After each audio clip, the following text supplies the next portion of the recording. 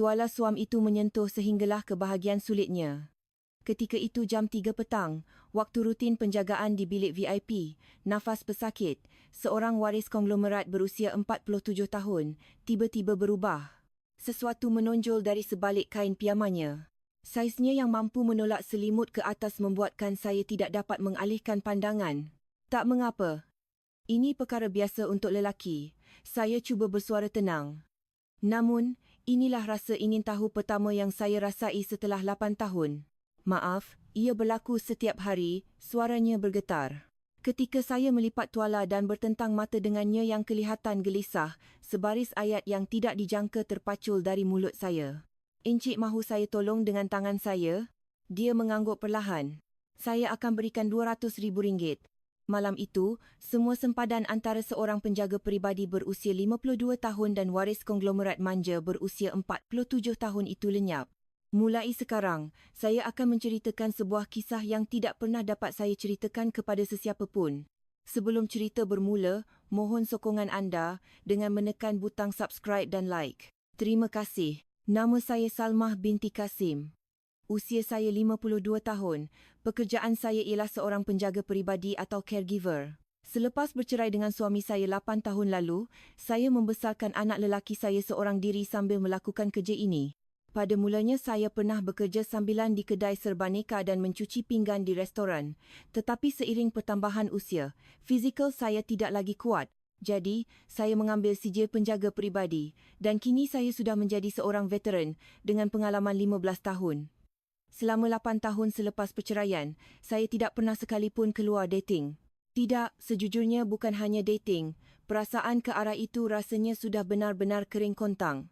Hidup saya hanya tentang mengurus anak, mencari duit dan meneruskan hidup dari hari ke hari. Saya fikir sisi kewanitaan dalam diri saya sudah lama mati. Sehinggalah pada suatu hari, sebuah tawaran datang untuk menjadi penjaga peribadi eksklusif di sebuah bilik VIP. Bayarannya RM800 sehari, lebih 2 kali ganda bayaran untuk pesakit biasa. Ada syarat bahawa ini adalah pekerjaan jangka panjang, minimum 3 bulan. Tetapi bagi saya, tiada alasan untuk menolaknya. Maka, saya pun menuju ke sebuah hospital swasta terkemuka di pusat bandar Kuala Lumpur, ke sebuah bilik VIP. Ia adalah sebuah wad khas yang terletak di hujung koridor tingkat 13. Apabila membuka pintu dan masuk, saya sempat terkejut dengan kemewahan bilik itu. Luasnya 3 kali ganda dari bilik biasa. Dilengkapi bukan sahaja dengan katil pesakit, tetapi juga katil sofa untuk penjaga, bilik air peribadi, bahkan sebuah pantry kecil. Dari tingkap, pemandangan menara berkembar KLCC dan kawasan segitiga emas terbentang dengan jelas. Selamat tengah hari, saya Salmah, penjaga yang akan bertugas menjaga encik mulai hari ini. Siapa saya? Lelaki yang terbaring di katil menoleh ke arah saya. Dia kelihatan berusia sekitar 47 tahun. Posturnya tinggi dan tegap, tetapi wajahnya kelihatan sedikit cengkung. Mungkin kerana hanya mampu terbaring di atas katil. Jangan tengok aku. Itulah kata pertamanya, diikuti dengan arahan supaya tidak bercakap dengannya dan hanya lakukan apa yang perlu. Suaranya dingin dan kasar. Dengan pengalaman 15 tahun berhadapan dengan pelbagai jenis pesakit, saya tidak terkejut. Baik, encik. Jika ada apa-apa yang tidak selesa, tolong beritahu saya, jawab saya dengan tenang, lalu mula mengemas barang-barang saya di salah satu sudut bilik. Menurut maklumat daripada penyelaras, pesakit ini bernama Tengku Iskandar bin Tengku Malik, anak kedua pemilik Malik Holdings, sebuah syarikat konglomerat gergasi. Dia sudah 3 bulan terbaring di katil kerana kecederaan tulang belakang akibat kemalangan motosikal berkuasa tinggi kerana memandu laju. Namun, masalahnya ada pada masa lalu pesakit. Dia adalah kambing hitam dalam keluarganya. Abangnya adalah pewaris yang belajar menguruskan syarikat. Manakala Tengku Iskandar diabaikan sejak kecil dan hanya memalukan keluarga dengan mabuk, perempuan dan judi. Dia bahkan sudah bercerai 4 tahun lalu. Kerana itu, keluarganya jarang sekali datang melawat. Melihat sekeliling bilik, sepertinya maklumat itu benar. Tiada tanda-tanda ada orang pernah datang menziarah. Tiada sejambak bunga atau hampir buah pun di dalam bilik yang sunyi ini. Ruangan yang begitu luas dan mewah ini, anehnya terasa sangat sepi. Saya cuba membantunya makan tengah hari, tetapi dia menolak. Apabila saya mengatakan bahawa pesakit kecederaan tulang belakang tidak boleh terlalu memaksa diri, dia menjerit, "Bisinglah, keluar." Saya menghela nafas. Dasar anak orang kaya manja. Tetapi pesakit tetaplah pesakit. Dengan fikiran itu, saya mula bekerja dalam diam. Beberapa hari pertama sangat sukar. Pesakit bahkan tidak mahu bertentang mata dengan saya dan selalu marah setiap kali saya cuba melakukan sesuatu. Jangan sentuh.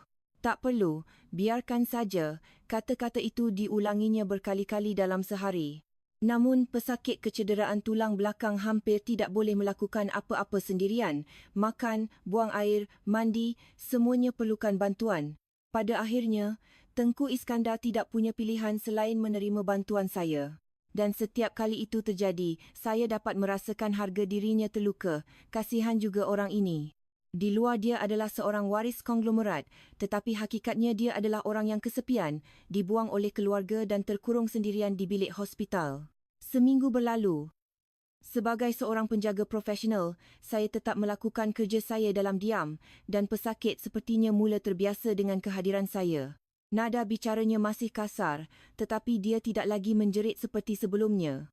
Lalu pada suatu pagi, semasa saya masuk ke bilik seperti biasa pada pukul 7 pagi, saya menyaksikan pemandangan yang tidak dijangka.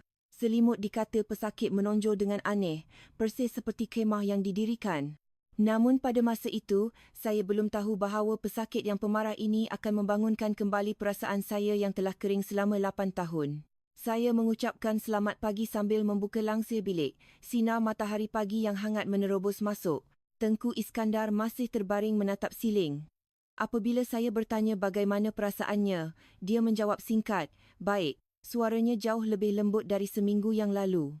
Saya memberitahu akan menukar cadar dan memintanya untuk bertenang sementara saya mengiringkan badannya. Seperti biasa, saya mengangkat selimut untuk menukar cadar, tetapi ketika itulah tangan saya terhenti.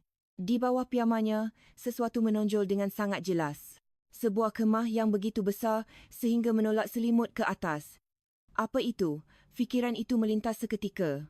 Selama 15 tahun bekerja sebagai penjaga, situasi seperti ini bukannya tidak pernah terjadi. Wajar bagi pesakit lelaki mengalami reaksi fisiologi pada waktu pagi, tapi saiznya sebesar itu. Jangan dilihat, suara Tengku Iskandar bergetar, wajahnya merah padam. Dia cuba menarik selimut lebih tinggi, tetapi kecederaan tulang belakang membuatnya tidak dapat bergerak dengan baik. "Maaf, ini di luar kawalan saya," meluncur dari mulutnya. Saya segera mengawal diri dan memberi respon secara profesional. "Tak mengapa, Encik. Ini perkara normal." "Jangan risau," kata saya dengan suara setenang mungkin sambil menyambung menukar cadar. Tetapi sejujurnya, hati saya langsung tidak tenang. Ini adalah kali pertama saya melihat hal seperti itu dalam 8 tahun. Sudah 8 tahun sejak saya bercerai. Selama itu, saya fikir saya telah mematikan sepenuhnya perasaan saya sebagai seorang wanita. Tapi sekarang, pandangan saya terus sahaja tertumpu ke sana. "Tidak, Salma. Sedarlah." Saya memarahi diri sendiri dan segera menyelesaikan kerja menukar cadar. Ketika saya membongkok dalam ke arah katil untuk mengemaskan cadar, saya perasan Tengku Iskandar tiba-tiba memalingkan wajahnya ke siling dan menahan nafas. Saya bertanya, "Encik okey?" Dia menjawab, "Ya, tapi saya rasa ada sesuatu yang aneh." Sejak saat itu setiap pagi selalu sama. Apabila saya masuk ke bilik, selimutnya pasti sudah menonjol seperti kemah dan Tengku Iskandar akan memalingkan wajahnya dengan malu. Kata maaf terus diulang dan saya selalu memberikan jawapan yang sama. "Tak mengapa, itu tandanya Encik sihat." Selepas seminggu, saya mula semakin menyedarinya. Setiap kali menukar cadar, setiap kali mengemas katil, pandangan saya selalu tertumpu ke sana. "Aku ni kenapa? Dah gila ke?" Bahkan setelah pulang ke rumah pada waktu malam, fikiran itu terus muncul. Perasaan yang telah saya lupakan sepenuhnya selama 8 tahun, sepertinya mula terbangun sedikit demi sedikit. Aku pun wanita, wajarlah kalau ingin tahu. Walaupun saya cuba membenarkan diri seperti itu, saya tidak dapat menafikan bahawa ada sesuatu dalam diri saya yang sedang berubah. Memasuki minggu kedua, semasa menukar cadar seperti biasa, saya rasa Tengku Iskandar juga sedang memerhatikan reaksi saya. Dia tahu saya melihatnya, tetapi dia tidak menutupi selimutnya. Suasana tegang yang aneh mula menyelubungi bilik. "Puan Salma." Hari itu, buat pertama kalinya pesakit memanggil nama saya. Dia kata tiada apa-apa, hanya ingin mengucapkan terima kasih atas kerja keras saya. Saya menjawab, Sama-sama. Walaupun perbualan singkat, saya merasakan ada sesuatu yang berubah.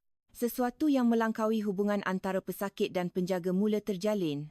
Malam itu, saya berbaring di katil menatap siling dan berfikir, ini tidak boleh berlaku. Aku seorang penjaga profesional. Tetapi di suatu sudut dalam hati, saya sudah tahu bahawa saya tidak dapat menghentikan perasaan ini. Saya belum tahu bahawa minggu hadapan, sebuah insiden yang lebih besar telah menanti.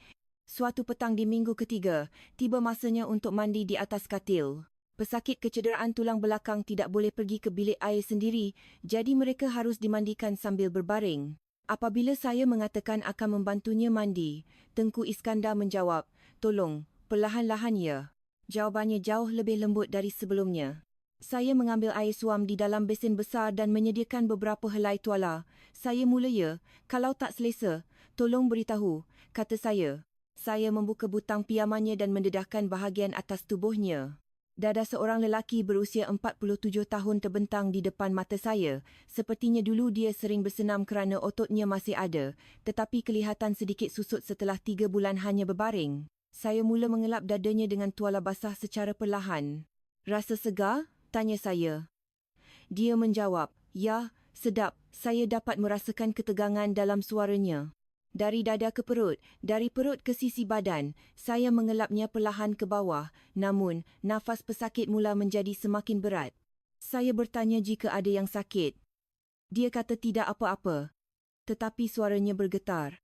Saya mengiringkan badannya untuk membersihkan punggungnya dan untuk melakukannya, saya terpaksa membungkuk dalam-dalam di atas katil. Tepat pada saat itu, reaksi Tengku Iskandar menjadi sangat ketara. Wajahnya merah padam dan dia mula tercunggap-cunggap. Aku bertanya lagi, adakah dia benar-benar okey, tetapi hanya jawapan tak apa-apa yang ku dengar. Aku merasa aneh, tetapi tetap meneruskannya. Setelah selesai dengan punggungnya, saya membaringkannya kembali. "Untuk bahagian bawah, Encik boleh buat sendiri?" tanya saya berhati-hati, kerana itu adalah kawasan sensitif. Saya tak boleh membongkok, tangan saya tak sampai. "Puan Salma, tolong," kata Tengku Iskandar sambil memalingkan wajah. Suaranya adalah campuran antara rasa malu dan permohonan. Saya teragak-agak sejenak, tapi entah kenapa pesakit ini terasa berbeza dari yang lain. "Baik," jawabku. "Akan saya teruskan." Saya membasahkan tuala baru dan memerahnya. Dengan hati-hati saya mengangkat bahagian bawah pijamannya. Ketika itu juga, tubuh pesakit mula bereaksi dengan jelas. Sesuatu mula menonjol dari bawah pijamannya. "Maaf, ini di luar kawalan saya," katanya dengan suara bergetar. "Tak mengapa, saya akan selesaikan dengan cepat," kataku, cuba menjaga ketenangan, tapi tanganku juga ikut bergetar. Sebaik sahaja tuala itu menyentuhnya, pesakit mengeluarkan suara seperti desahan. "Ereh." Suara itu membuat jantungku serasa gugur. Aku cuba menyelesaikannya secepat mungkin, namun tetap berhati-hati, tapi waktu yang singkat itu terasa seperti selamanya bagiku. Nafasnya yang berat, tubuhnya yang bergetar, dan sensasi yang kurasakan di hujung jariku. Apa yang sedang aku lakukan? Fikiranku menjadi kosong. "Sudah selesai," kataku sambil tergesa-gesa menyingkirkan tuala dan memakaikan kembali pijamannya. Aku mendengar kata terima kasih banyak, tapi aku hanya menjawab tak apa-apa, lalu segera membawa besen dan tuala keluar dari bilik. Baru setelah berada di koridor, aku dapat menarik nafas dalam-dalam. Huf. Tanganku gemetar, jantungku berdebar kencang. Aku ini kenapa? Malam itu setelah pulang ke rumah aku tidak boleh tidur. Berbaring menatap siling, aku terus berfikir, saiz itu terus terbayang di kepalaku. Dan mengapa reaksi pesakit hari ini begitu hebat? Apa aku melakukan sesuatu yang salah? Tak peduli berapa kali kupikirkan, aku tidak menemukan jawapan. Hanya satu hal yang pasti. Waktu mandi di atas katil kini menjadi sesuatu yang kutakuti dan, sejujurnya, juga kunantikan. "Salma, kau sudah gila ke?" Aku bertanya pada diriku sendiri, tetapi sesuatu di dalam diriku sudah berubah dan tak boleh kembali lagi. Dan seminggu kemudian seseorang yang tak terduga datang mengunjungi bilik itu. Suatu petang di minggu keempat, pintu bilik terbuka dan seorang wanita masuk. Dia tinggi, langsing dan mengenakan pakaian berjenama. Usianya awal 40 terahan. "Awak penjaganya?" Dia memberikan sapaan dingin sebelum terus berjalan ke arah katil. I dengar you kemalangan, jadi I datang, katanya. Tengku Iskandar menatapnya dengan ekspresi terkejut. Rina, itu adalah bekas isterinya, Puan Sri Rina, wanita yang diceritakan oleh penyelaras, yang telah bercerai dengannya 4 tahun lalu. Tolong tunggu di luar sekejap, katanya padaku. Aku pun keluar dan berdiri di koridor, tapi pintunya tidak tertutup rapat, jadi aku dapat mendengar perbualan mereka. Mesti sebab mabuk sambil naik motor lagi, kan? Suara Puan Sri Rina terdengar dingin. Terima kasih sudi datang. Terima kasih. I datang sebab pihak hospital hubungi I. Nombor telefon I masih tercatat sebagai waris terdekat. Iskandar, hidup you yang macam tu akhirnya bawa you ke sini, kan? Keluarga you pun dah angkat tangan. Abang you pun paling datang sebulan sekali. Hening sejenak. Tahun-tahun I kahwin dengan you adalah waktu terburuk dalam hidup I. Mabuk, perempuan, judi. Tiada satu hari pun yang tenang. Maafkan I. Sekarang minta maaf pun tak ada gunanya. Jaga saja kesihatan you dan hiduplah dengan baik. I pergi dulu. Tidak sampai 10 minit, Puan Sri Rina membuka pintu bilik. Mata kami bertemu, tetapi dia berjalan melewatiku, tanpa sepatah kata pun. Setelah menunggu beberapa saat, aku masuk kembali ke bilik. Tengku Iskandar hanya menatap keluar jendela. Tengku, nak saya ambilkan air? Ya. Saat aku menyerahkan gelas, tangannya bergetar. Dia tidak dapat memegang gelas dengan betul sehingga sedikit air tumpah. Encik tak apa-apa, tanyaku sambil mengelap tumpahan air, tapi tiada jawapan. Sejak hari itu, pesakit menjadi lebih pendiam. Selama beberapa hari, dia hampir tidak bercakap sama sekali. Lalu pengunjung lain datang. Abang Tengku Iskandar, Tengku Hisham. Dia seorang lelaki berusia sekitar 50 santah, berpakaian kemas dengan sut. Iskandar, ni abang. Abang datang? Masih sakit, kata doktor. Kalau rehabilitasi berjalan baik, kau boleh cepat pulang. Ya. Iskandar, sedarlah. Kau tahu betapa kecewanya ayahanda. Kali ni tolong jalani rehabilitasi dengan serius dan hiduplah macam manusia. Berhenti minum, cari kerja yang betul. Saya akan cuba. Bukan cuba, tapi kena buat. Umur dah 47. Nak sampai bila macam ni? Maaf, bang. Jangan hanya minta maaf. Tunjukkan dengan perbuatan. Sekitar 30 minit kemudian, Tengku Hisham pun pergi. Sebelum pergi, dia memanggilku sebentar. Puan, tolong jaga adik saya baik-baik ya. Perangai dia memang agak sukar sikit. Tak apa Tengku, saya akan rawat dia dengan baik. Terima kasih, ini untuk duit kopi. Dia cuba memberikan sebuah sampul surat, tapi aku menolaknya. Tak perlu. Tengku, ini sudah tugas saya. Setelah Tengku Hisham pergi, bilik menjadi semakin sunyi. Tengku Iskandar tampak benar-benar hancur. Malam itu, saat aku membantunya makan malam, pesakit berkata perlahan, Puan Salma. Ya. Encik. Saya ni. Memang manusia tak berguna. Kan? Tengku, jangan cakap macam tu. Keluarga, bekas isteri, tak ada siapa yang datang. Abang saya datang pun hanya sebab kewajipan. Suaranya bergetar. Hanya Puan Salmah yang layan saya macam manusia. Kata-kata itu membuat hatiku terasa sesak. Untuk pertama kalinya, aku memegang tangan pesakit. Tengku, mesti berat kan? Air mata menggenang di mata Tengku Iskandar. Ini pertama kalinya aku melihat seorang lelaki berusia 47 tahun menangis. Aku menggenggam tangannya erat dan berkata, tak apa, semuanya akan baik-baik saja. Sejak hari itu, sesuatu berubah. Melangkaui hubungan pesakit dan penjaga, sebuah ikatan emosi yang halus mula terbentuk di antara kami berdua. Dan keesokan harinya, Tengku Iskandar dengan hati-hati memulakan sebuah perbualan denganku. Suatu petang di minggu kelima, selepas makan tengah hari, saat aku sedang membantunya mengubah posisi, dia memanggil, Puan Salmah. Suaranya terdengar serius, berbeza dari biasanya. Aku menjawab, ya, ada apa? Sejak kebelakangan ni, saya rasa makin sukar. Sebab Puan, tanganku seketika berhenti. Saya ada buat salah ke? Bukan macam tu. Tengku Iskandar menatapku lurus-lurus. Saya sangat sukakan Puan Salma. Jantungku serasa gugur. Tengku, jangan cakap macam tu. Saya tahu ini pelik, tapi ini ikhlas. Selepas cerai 4 tahun, tak ada orang sebaik ini pada saya. Melihat Puan Salma setiap pagi adalah satu-satunya kebahagiaan saya. Tengku. Dan Ada sesuatu yang saya nak sampaikan. Tengku Iskandar menyambung dengan hati-hati masa Puan Salmah membongkok. Saya nampak. Apa? Aku tidak faham apa maksudnya. Dari celah-celah uniform Puan, belahan dada Puan, wajahku terasa panas membara. Dia nampak? Mula-mula tak sengaja. Masa tukar cadar, Tengku Iskandar menunduk.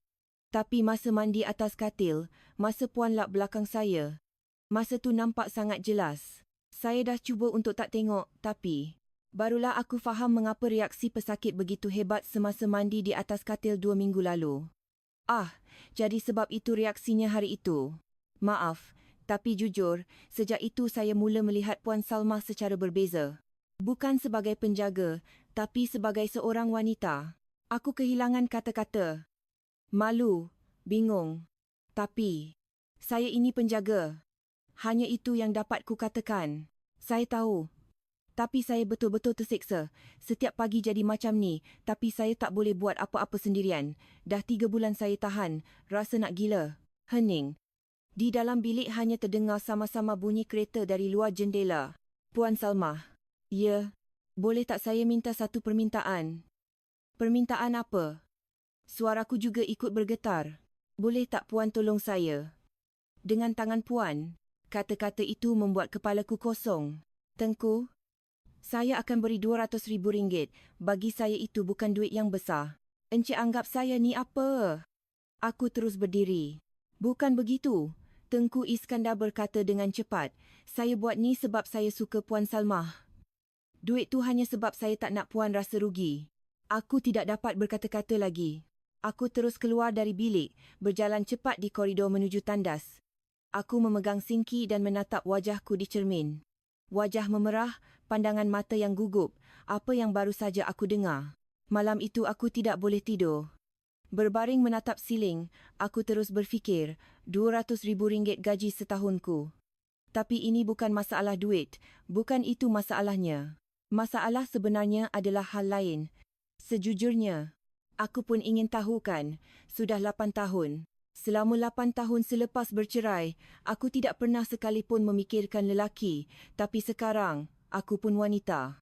Setelah berguling-guling semalaman, aku akhirnya membuat keputusan saat fajar. Keesokan paginya, aku menuju ke bilik lebih awal dari biasa. Saat aku membuka pintu, Tengku Iskandar menatapku dengan ekspresi terkejut. Puan Salmah. Iskandar. Untuk pertama kalinya aku memanggil namanya, tentang semalam, hanya sekali saja. Mata Iskandar membulat. Dan ini adalah rahsia kita berdua. Puan. Betul ke tak apa-apa? Ada syaratnya, kataku dengan tenang. Masalah duit kita fikirkan nanti. Dan ini bukan sebab saya kasihan pada awak. Kalau begitu, sejujurnya, saya pun ingin tahu. Wajahku terasa panas saat mengatakannya. Tapi keputusanku sudah bulat. Untuk pertama kalinya dalam 15 tahun kerjayaku sebagai penjaga, aku memutuskan untuk melanggar etika. Bukan sebagai seorang profesional, tapi sebagai seorang wanita. Malam itu, pukul 11, setelah jururawat malam selesai membuat rondaan, hanya ada aku dan Iskandar di dalam bilik. Waktu menunjukkan lewat pukul 11 malam. Jururawat malam telah menyelesaikan rondaan terakhirnya dan lampu koridor telah diredupkan. Bilik VIP berada di hujung koridor, jadi tidak akan ada yang datang pada jam sebegini. Aku mengunci pintu bilik dengan perlahan. Salmah, Iskandar memanggilku dari katilnya. Jangan gementar, biar saya yang lakukannya. Aku mengeluarkan sarung tangan pakai buang yang telah kusiapkan dan membuka sebotol lotion. Aku meredupkan lampu bilik dan menutup langsir. Lalu aku membawa sebuah kerusi dan duduk di sebelah katil. Pejamkan mata awak, kataku. Aku mendengar suara Iskandar yang bergetar. Awak betul-betul tak apa-apa. Aku menjawab, tak apa-apa. Walaupun suaraku sendiri ikut bergetar. Selepas bercerai, belum pernah sekalipun aku sedekat ini dengan seorang lelaki. Tanganku gemetar, tapi perlahan-lahan aku menyelap piamanya. Aku menuangkan lotion ke tanganku dan memanaskannya dengan suhu tubuhku agar dia tidak terkejut. Saya mula, kataku sambil menghulurkan tanganku dengan hati-hati. Seketika tubuh Iskandar tersentak, sebuah erangan perlahan keluar dari mulutnya. Jantungku berdebar kencang. Besar juga, fikiran itu melintas di kepalaku. Aku bergerak perlahan, sangat perlahan, nafas Iskandar menjadi semakin berat. Salma. Syah. Perlahan-lahan, kataku, jururawat malam mungkin lalu. Sekitar 5 minit berlalu, tubuh Iskandar mula menegang. Aku mendengar dia berkata, macam, dah nak sampai. Dan aku menjawab, tak mengapa. Aku menyelesaikannya dengan tuala yang telah kusiapkan. Iskandar tercungap-cungap menatap siling. Terima kasih banyak katanya. Sekarang dah lebih selesa? Tanyaku sambil menanggalkan sarung tangan. Dia menjawab, ya, lalu memegang tanganku. Salma, boleh saya cium awak? Aku teragak-agak sejenak, tapi aku sudah pun melintasi batas. Aku mengangguk. Masih dalam posisi duduk di kerusi, aku mendekatkan wajahku. Bibir Iskandar menyentuh bibirku. Ciuman yang lembut dan hati-hati. Bibir seorang lelaki yang kurasakan setelah 8 tahun. Perasaan yang telah lama terlupakan kembali membanjiriku.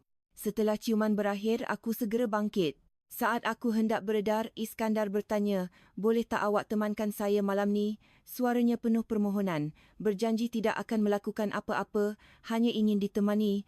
Setelah berfikir sejenak, aku mengangguk. Aku membuka katil lipat dan berbaring. Setelah lampu dimatikan, bilik menjadi gelap. Pemandangan malam kota Kuala Lumpur sama-sama terlihat dari jendela. Aku mendengar nafas Iskandar yang teratur. Apa yang sedang aku lakukan? Aku berfikir sambil menatap siling. Dalam 15 tahun kerjayaku, ini adalah pertama kalinya. Sebuah tindakan yang secara etika sangat salah. Tapi anehnya, hatiku terasa damai. Baru sekarang aku sedar betapa sunyinya aku selama ini. Hidup sendiri, menekan perasaan, hanya berfikir tentang mencari duit dan mengurus anak.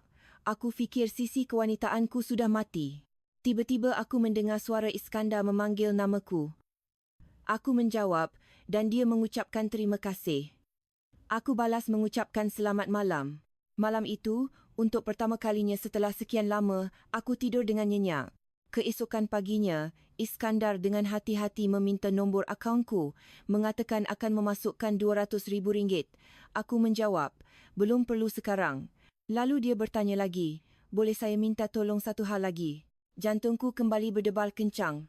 Sejak saat itu, 2 atau 3 kali seminggu, selepas pukul 11 malam, aku akan tinggal di bilik Iskandar. Pada mulanya canggung dan gementar, tapi lama-kelamaan menjadi terbiasa. Hubungan kami pun berubah. Tengah hari ni nak makan apa? Tanya Iskandar. Aku menjawab, ikut enciklah. Dia kata ingin makan bersamaku, jadi lebih baik pilih makanan kegemaranku. Iskandar yang kasar dan pemarah telah menghilang. Sebagai gantinya, ada seorang lelaki yang lembut dan hangat. Suatu malam kami berbual panjang. Apabila dia bertanya kenapa aku bercerai, aku menjawab, bekas suami saya curang, 8 tahun lalu. Dia kata, mesti berat. Aku jawab, awalnya begitu, tapi sekarang dah biasa. Iskandar memegang tanganku. Dia kata kisahnya serupa. Bekas isterinya meninggalkannya kerana dia seorang yang tidak tentu arah. Aku kata, Iskandar bukan orang macam tu. Dia menjawab, itu hanya di mata awak, kami saling berkongsi luka. Waktu-waktu yang sunyi, kenangan dibuang, dan seiring itu kami menjadi semakin dekat. Suatu malam di bulan kedua, seperti biasa selepas rondaan jururawat malam selesai pukul 11, aku tinggal di bilik Iskandar. Salma, saya cintakan awak. Pengakuan yang tiba-tiba itu membuatku bingung. Dia kata ini ikhlas, dan ini pertama kalinya dia menyukai seseorang selepas bercerai. Aku berkata, kita terlalu berbeza. Apa yang berbeza? Kita berdua sama-sama orang yang kesepian, jawabnya. Kata-kata Iskandar benar. Kami berdua adalah orang-orang yang terluka, dibuang dan kesepian. Saya pun. Suka Iskandar. Suaraku bergetar saat mengatakannya. Tapi saya tak tahu sama ada ini betul atau salah. Tambahku. Apa pentingnya betul atau salah? Bukankah kita saling menjadi penawar untuk satu sama lain? Aku tidak dapat tidak mengangguk. Malam itu kami berpelukan untuk waktu yang lama, bukan lagi sebagai pesakit dan penjaga, melainkan sebagai seorang lelaki dan seorang wanita. Namun, masa damai itu tidak berlangsung lama. Suatu malam pukul 11.30, kerana sudah lewat 30 minit dari biasa, aku merasa aman. Tiba-tiba pintu bilik terbuka. Itu Abang Iskandar, Tengku Hisham. Iskandar, panggilnya, lalu terhenti. Bilik gelap dan kami sedang duduk berdekatan. Kenapa gelap ni? Korang buat apa? Tanyanya. Iskandar dengan cepat menjawab bahawa dia baru sahaja hendak tidur. Puan, kerja sampai lewat malam macam ni ya? Aku menjawab dengan suara bergetar bahawa pesakit memanggilku. Tengku Hisham tinggal selama sekitar 30 minit menasihati adiknya untuk rajin rehabilitasi dan berjanji akan datang lagi minggu depan. Setelah pintu tertutup, kami berdua menghela nafas lega. Hampir saya kantoi, kataku. Maafkan saya, ini semua salah saya, kata Iskandar. Aku menjawab, tak apa, tapi kita kena lebih berhati-hati. Namun hubungan kami terus berlanjut. 2 atau 3 kali seminggu selepas pukul 11 malam, hanya ada kami berdua di bilik itu. Perasaan kami semakin dalam. Iskandar juga menjadi sangat rajin menjalani terapi rehabilitasi. Salma, hari ni saya dah boleh naik kerusi roda. Betul ke? Tahniah. Ini semua berkat awak. Saya berusaha keras agar cepat sembuh sebab nak jumpa awak di luar. Kata-katanya membuat hatiku hangat. Selepas 2,5 bulan, Iskandar sudah boleh bergerak dengan kerusi roda. Pemulihannya begitu cepat sehingga doktor pun terkejut. Suatu hari doktor berkata, minggu depan encik dah boleh pulang. Mendengar itu, aku dan Iskandar seketika membeku. Pulang, itu bererti perpisahan. 3 bulan telah berlalu. Iskandar kini sudah boleh bergerak di dalam bilik dengan kerusi rodanya. Terapi rehabilitasinya berhasil dan doktor telah menetapkan tarikh kepulangannya seminggu lagi. Nanti kalau dah pulang, kita tetap berhubung ya, kata Iskandar. Aku menggeleng. Itu idea yang bagus ke? Kenapa pula? Tanyanya. Aku menjawab, awak kena mulakan hidup baru. Saya hanyalah penjaga yang temani awak selama 3 bulan. Kalau Iskandar betul-betul nak mulakan hidup baru, orang macam saya hanya akan jadi beban. Jangan fikir macam tu, katanya. Tapi aku terus menyambung, saya pun bahagia. Sungguh, tapi yang terbaik untuk kita adalah berhenti di sini. Iskandar waris konglomerat dan saya cuma seorang penjaga peribadi. Usia kita pun berbeza 5 tahun. Perkara macam tu, penting ke? Penting. Sebab itu hakikat, jawabku. Beberapa hari berlalu hingga malam terakhir sebelum dia pulang. Kami menghabiskan waktu bersama untuk terakhir kalinya. Salma, saya cintakan awak. Iskandar memegang tanganku dan berkata. Saya pun bahagia, jawabku sambil menahan air mata. Sekarang, mulakan hidup baru. Berhenti minum, cari kerja yang betul. Saya dah banyak berubah sebab awak, kata Iskandar. Aku menjawab, masih tak cukup. Awak kena usaha lebih keras lagi. Kami berpelukan untuk waktu yang lama. Pelukan terakhir. Pagi hari kepulangan tiba, keluarga Iskandar dan pemandunya datang ke bilik. Jom pulang, kata abangnya, Tengku Hisham. Iskandar menjawab perlahan. Baik. Sebelum pergi, Iskandar memberikanku sebuah sampul surat. Ini RM200,000, seperti janji saya. Berkat awak, saya dapat hidup kembali. Aku menerima sampul itu, lalu mengembalikannya ke tangan Iskandar. Saya buat bukan sebab duit. Saya tak boleh terima ni. Habis tu, macam mana saya nak balas budi awak? Tanyanya. Aku tersenyum dan menjawab, hidup dengan baik. Itu balasan terbaik. Sedarkan diri dan dapatkan pengiktirafan dari keluarga awak. Iskandar pasti boleh. Air mata menggenang di mata Iskandar. Dia memanggil namaku dengan suara bergetar. Pergilah sekarang, kataku. Kerusi roda itu keluar dari pintu bilik. Aku berdiri di dekat jendela, memerhatikan mereka masuk ke dalam kereta. Kereta itu meluncur dan perlahan-lahan menjauh. Aku sendirian di bilik yang kosong. Saat mengemas cadar, aku menemukan sepucuk surat di bawah bantal. Aku membukanya. Salma, terima kasih banyak untuk 3 bulan ini.